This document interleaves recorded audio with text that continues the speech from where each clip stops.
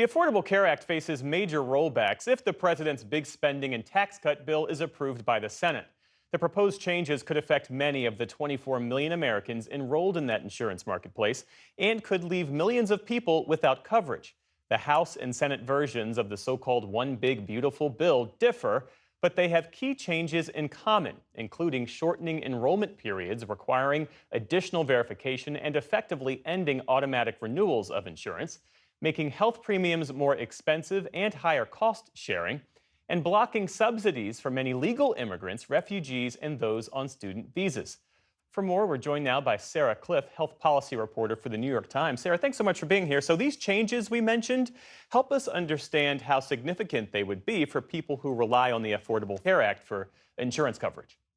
They would be quite significant. It's estimated by the Congressional Budget Office that about 4 million people would lose health coverage. That's about one-sixth of the people who currently get Obamacare.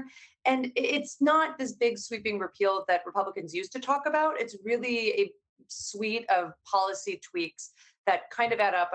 One source that we talked to about this kind of described it as repeal by paper cut. A lot of small tweaks that add up to millions of people likely losing their insurance under this legislation. And Republicans make the case that these changes are necessary because they say there's so much fraud in the marketplace. What have you found on that front in your reporting? Yeah, the marketplace has struggled a little bit with certain kinds of fraudulent enrollment. A lot of this had to do with brokers kind of enrolling people in ways that weren't quite okay. The Biden administration did, on its way out, issue some regulations to crack down on that behavior.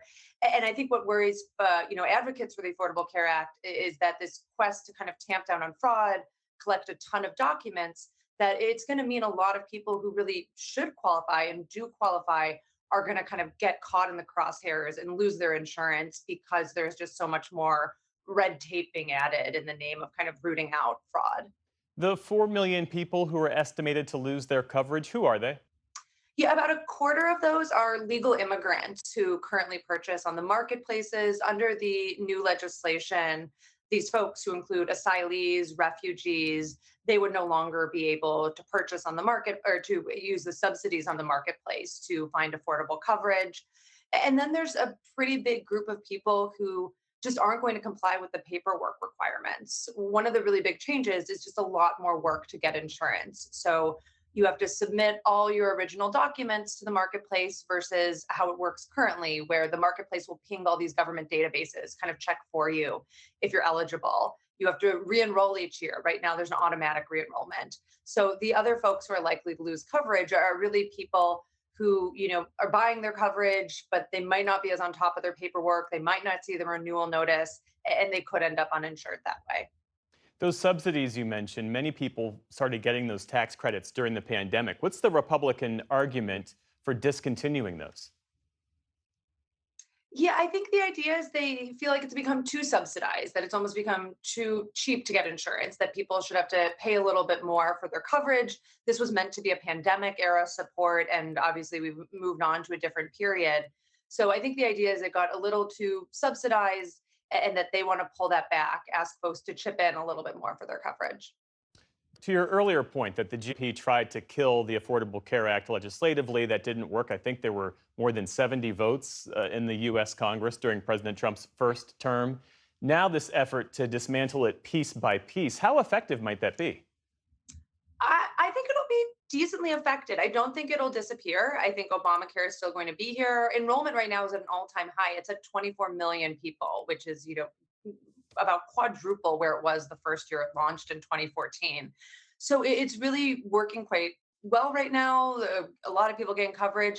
I think it'll just get smaller. You'll see fewer people getting coverage. Premiums might go up because the people who are most likely not to fill out their paperwork are kind of younger, healthier people who are going to be less attuned to their health insurance, whereas the people who really need it are going to jump through the hoops. So you might see some destabilization to some level by the fact that you have more expensive people in the marketplaces, and that drives up premiums for everybody. And when you add these changes to the potential changes coming to the Medicaid system, I mean, what does the healthcare landscape, the health insurance landscape look like for people who are a low to moderate income? Yeah, you layer in the Medicaid changes, and then we're talking about like a fundamental change to our social safety net. We're getting up to 10 million or so people losing insurance because of the House legislation.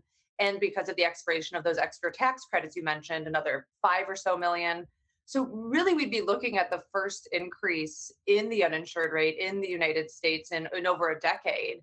I think it'd be quite significant when you pair it with the really significant, nearly $1 trillion Medicaid cuts that are contained within this legislation. Sarah Cliff, health policy reporter for the New York Times. Thanks again for your time this evening. We appreciate it. Thank you.